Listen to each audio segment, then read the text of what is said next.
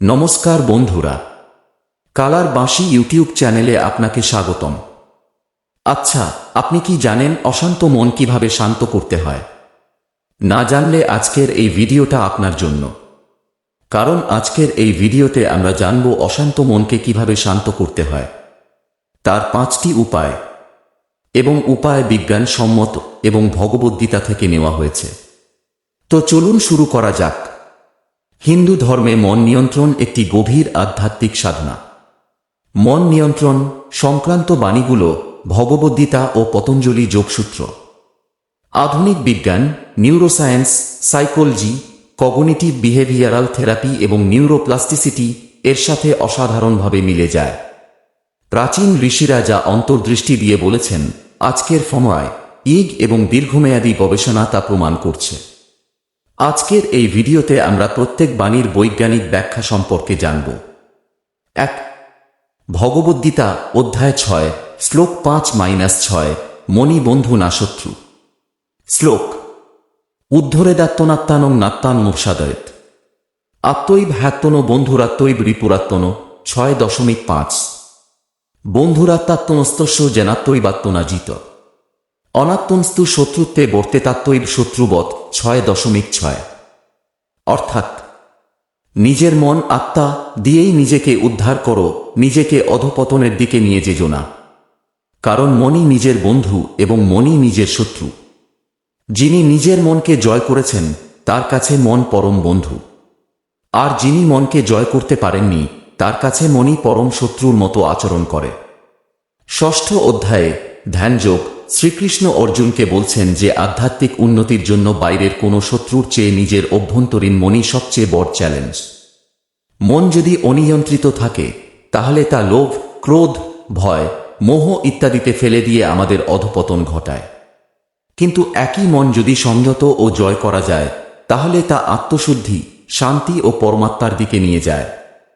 এখানে আত্মা শব্দটি মূলত মন বা চিত্তকে বোঝায়। এই শ্লোক আমাদের শেখায় যে দোষারোপ বাইরে না করে নিজের মনের দিকে দৃষ্টি দিতে হবে। নিয়ন্ত্রিত মন সঠিক সিদ্ধান্ত নিতে সাহায্য করে, আর অনিয়ন্ত্রিত মন জীবনকে বিশৃঙ্খল করে। এটি গীতার একটি মূল বার্তা, আত্মজয়ী সবচেয়ে বড় জয়। ব্যবহারিক উপদেশ: প্রতিদিন নিজেকে প্রশ্ন করুন, আজ আমার মন আমাকে কোথায় নিয়ে যাচ্ছে? ধ্যান বা জপের মাধ্যমে ধীরে ধীরে এই আত্মনিয়ন্ত্রণ গড়ে তুলুন। বৈজ্ঞানিক ব্যাখ্যা: আধুনিক নিউরোসায়েন্সে এটি সেলফ রেগুলেশন এবং এক্সিকিউটিভ ফাংশন এর সাথে মিলে যায়। প্রিফ্রন্টাল কর্টেক্স মস্তিষ্কের নিয়ন্ত্রণ কেন্দ্র, এটি আবেগ, সিদ্ধান্ত এবং আচরণ নিয়ন্ত্রণ করে। যখন মন অনিয়ন্ত্রিত থাকে তখন অ্যামিগডালা, ভয়ক্রোধের কেন্দ্র, অতিরিক্ত সক্রিয় হয়ে ইমোশনাল হাইজ্যাক ঘটায়। ফলে আমরা লোভ, রাগ বা ভয়ে চালিত হই। গবেষণায় দেখা গেছে, যারা নিয়মিত ধ্যান বা মাইন্ডফুলনেস করেন তাদের পফসের ঘনত্ব বাড়ে এবং অ্যামিগডালার কার্যকলাপ কমে। এটি নিউরোপ্লাস্টিসিটি এর উদাহরণ। মস্তিষ্ক নিজেকে পুনর্গঠন করে। গীতার আত্মৈব বন্ধু শত্রু ধারণা আজকের কগনিটিভ সাইকোলজি তে সেলফ এজ ইনস্ট্রুমেন্ট হিসেবে দেখা হয়। মনকে শত্রু ভাবলে আমরা দোষারোপ করি, কিন্তু গীতা বলে নিজেকে উন্নত করার দায়িত্ব নিজের। এটি positive psychology, self actualisation, Maslow এবং ইমোশনাল ইন্টেলিজেন্স গোলম্যান এর 4র্থ ধাপ ইমোশনাল ম্যানেজমেন্টের সাথে মিলে যায়। বাস্তব প্রভাব: অনিয়ন্ত্রিত মন স্ট্রেস হরমোন কর্টিসল বাড়িয়ে স্মৃতি ও যুক্তি নষ্ট করে। নিয়ন্ত্রিত মন শান্তি ও স্পষ্টতা দেয়। 2. ভগবদ্গীতা অধ্যায় 6 শ্লোক 35 মন দুর্নিগ্রহ কিন্তু নিয়ন্ত্রণ সম্ভব। শ্রীভগানুবাচ: অসংশয়ং মহাবাহ মন দুর্নিগ্রহং চলন অভ্যাসেন্তু কৌন্তে বৈরাগ্যেঞ্চ গৃহ্যতে। অর্থাৎ, হে মহাবাহু অর্জুন, মন যে অত্যন্ত চঞ্চল ও দুর্নিগ্রহ, নিয়ন্ত্রণ করা কঠিন তাতে কোনো সন্দেহ নেই। কিন্তু হে কৌন্তে, নিয়মিত অভ্যাস এবং বৈরাগ্য, আসক্তিহীনতা এর দ্বারা তাকে নিয়ন্ত্রণ করা যায়। অর্জুন বলেছিলেন যে মন বায়ুর মতো চঞ্চল ও দুর্দমনীয়, তাকে বশ করা খুব কঠিন। শ্রীকৃষ্ণ স্বীকার করেন যে এটি সত্যি, মন প্রকৃতিগতভাবে অস্থির। কিন্তু তিনি হতাশ হতে নিষেধ করে বলেন, 2টি উপায়ে এটি সম্ভব।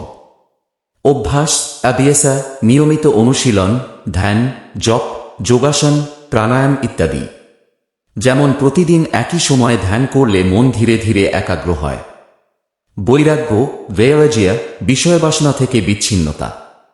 অতিরিক্ত আসক্তি ত্যাগ করা, ধন, যশ, ভোগ ইত্যাদির প্রতি মোহ কমানো। এই দুটি একসাথে চললে মন বশীভূত হয়। শ্রীকৃষ্ণ অর্জুনকে মহাবাহ বলে সম্বোধন করে উৎসাহ দেন যে যুদ্ধক্ষেত্রে যেমন তিনি শক্তিশালী, তেমনি মনের যুদ্ধেও জয়ী হতে পারবেন। ব্যবহারিক উপদেশ: শুরুতে ছোট ছোট অভ্যাস করুন, 10 থেকে 15 মিনিট ধ্যান। আসক্তি কমাতে এটি আমার নয়, সবই ঈশ্বরের, এই ভাবনা চর্চা করুন। বৈজ্ঞানিক ব্যাখ্যা: এটি আধুনিক হ্যাবিট ফরমেশন এবং নিউরোপ্লাস্টিসিটি সবচেয়ে সুন্দর বৈজ্ঞানিক প্রমাণ।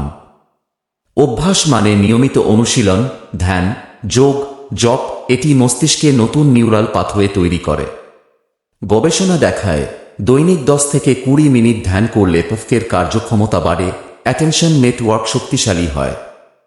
বৈরাগ্য আসক্তিহীনতা হল ডিট্যাচমেন্ট বা কগনিটিভ রিঅ্যাপ্রেজাল, বিষয়ের প্রতি অতিরিক্ত আকর্ষণ কমানো। নিউরোসায়েন্সে দেখা গেছে অতিরিক্ত আসক্তি reward system, ventral striatum, nucleus accumbens, dopamine loop তৈরি করে আসক্তি বাড়ায়। বৈরাগ্য এই লুপকে দুর্বল করে। যোগ ধ্যানের ফলে রিওয়ার্ড সিস্টেমের অতিরিক্ত সক্রিয়তা কমে, এক্সিকিউটিভ ফাংশন বাড়ে। গবেষণায় যেমন যোগের ফোমো স্টাডি দেখা গেছে অভ্যাস বৈরাগ্য একসাথে চললে ডিফল্ট মোড নেটওয়ার্ক ডম এর অতিরিক্ত কার্যকলাপ কমে, যা রুমিনেশন অতীত ভবিষ্যতের চিন্তা কমায়। এটি কগনিটিভ বিহেভিয়ারাল থেরাপি ফবড এর সাথে মিলে গীতায় কৃষ্ণ অর্জুনের ডিস্টোরেড থিংকিং সংশোধন করেছেন, যা আজকের থেরাপির মতো। 3. ভগবদ্গীতা অধ্যায় 6 শ্লোক 26 মন ঘুরে গেলে কি করবেন? যত যত নিশ্চর্তি মনুশ্চঞ্চল মুস্থিরম ততস্তত নিয়মৈতদাত্মন্যেব বসংনয়েত। অর্থাৎ চঞ্চল ও অস্থির মন যেখানে যেখানে ঘুরে বেড়ায় সেখান থেকে তাকে নিয়ন্ত্রণ করে আত্মা পরমাত্মা এর মধ্যে ফিরিয়ে আনো।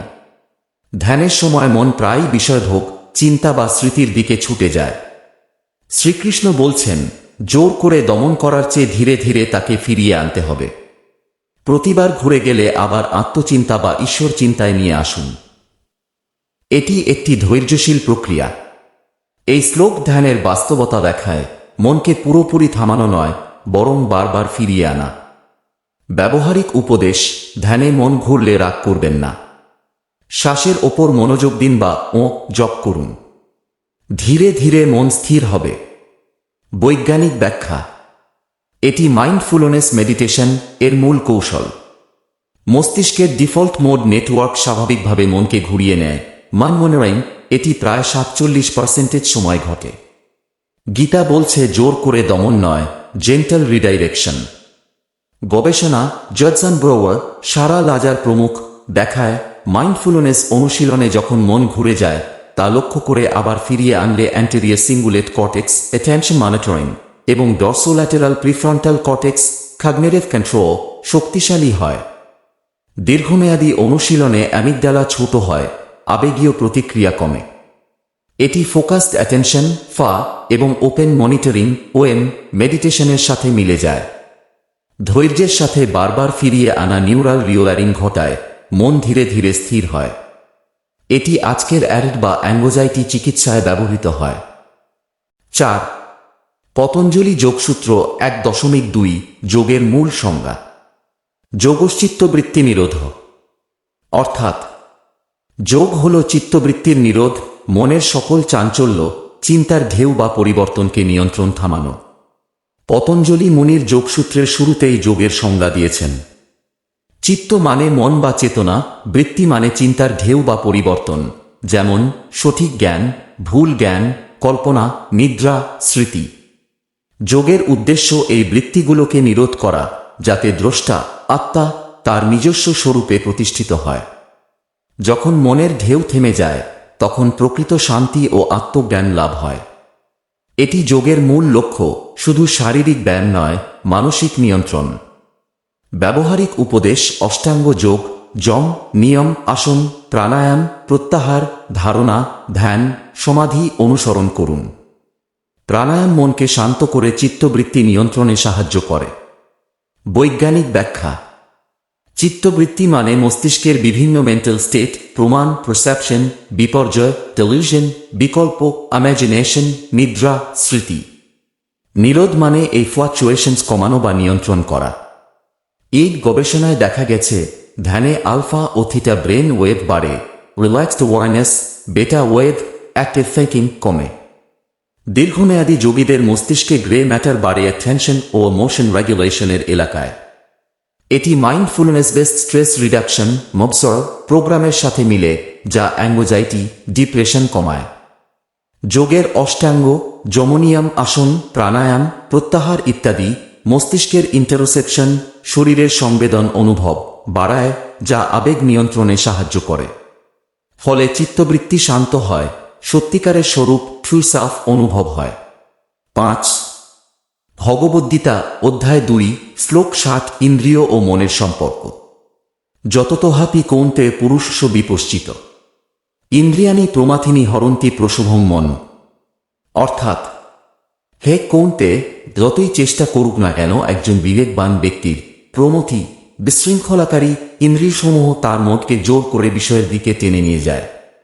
দ্বিতীয় অধ্যায়ে সাংখ্যযোগ শ্রীকৃষ্ণ বলছেন যে ইন্দ্রিয়গুলো খুব শক্তিশালী। এমনকি জ্ঞানী ব্যক্তির মনও ইন্দ্রিয়ের প্রভাবে বিচলিত হয়ে পড়ে। তাই মন নিয়ন্ত্রণের জন্য প্রথমে ইন্দ্রিয় সংযম দরকার। ইন্দ্রিয়কে বশ না করলে মন স্থির হয় না। এর পরবর্তী শ্লোকে 61 বলা হয়েছে যে ঈশ্বরে মন নিবিষ্ট করে ইন্দ্রিয় সংযম সম্ভব।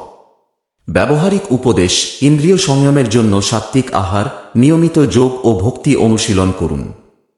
মনমনাভব আমাতে ভগবানে মন রাখো, এই উপদেশ অনুসরণ করলে মন স্বাভাবিকভাবে শান্ত হয়। বৈজ্ঞানিক ব্যাখ্যা: ইন্দ্রিয় সেন্সেস থেকে সংবেদন মস্তিষ্কে পৌঁছায় বটম আপ প্রসেসিং এর মাধ্যমে। তারপর মন মাইন্ড এবং বুদ্ধি ইন্টেলেক্ট টপ ডাউন কন্ট্রোল করে। গীতার হেয়ারচি ইন্দ্রিয় মন বুদ্ধি আত্মা আধুনিক কগনিটিভ মডেলের সাথে মিলে। ইন্দ্রিয় সংযম না করলে ডোপামিন ও সেরোটোনিন সিস্টেম অসমতুল হয়, আসক্তি বাড়ে। প্রাণায়াম ও যোগ ইন্দ্রিয় প্রত্যাহার উইথড্রল করে অটোনমিক নার্ভাস সিস্টেমকে ভারসাম্য করে প্যারাসিম্প্যাথেটিক সক্রিয়তা বাড়ে।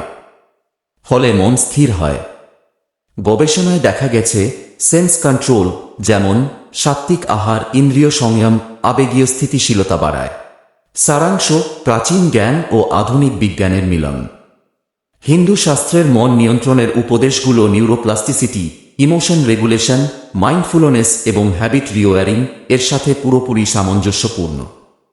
গীতা ও যোগসূত্র শুধু আধ্যাত্মিক নয়, প্র্যাকটিক্যাল সাইকোলজি, যা আজকের মানসিক স্বাস্থ্য চিকিৎসায় খব্দ মোবসর যোগ থেরাপি ব্যবহৃত হচ্ছে। নিয়মিত অনুশীলন করলে মস্তিষ্কের গঠন ও কার্যকলাপ পরিবর্তিত হয়, স্ট্রেস কমে, ফোকাস বাড়ে, শান্তি আসে। এটি প্রমাণ করে যে প্রাচীন ঋষিরা মানুষের মনের গভীরতা বুঝেছিলেন। যদি কোনো নির্দিষ্ট অংশের আরও বিস্তারিত গবেষণা বা ব্যবহারিক অনুশীলন যেমন ধ্যানের বৈজ্ঞানিক পদ্ধতি জানতে চান, তাহলে কমেন্টে বলুন। জয় শ্রীকৃষ্ণ। মন শান্ত হোক, জীবন সুন্দর হোক।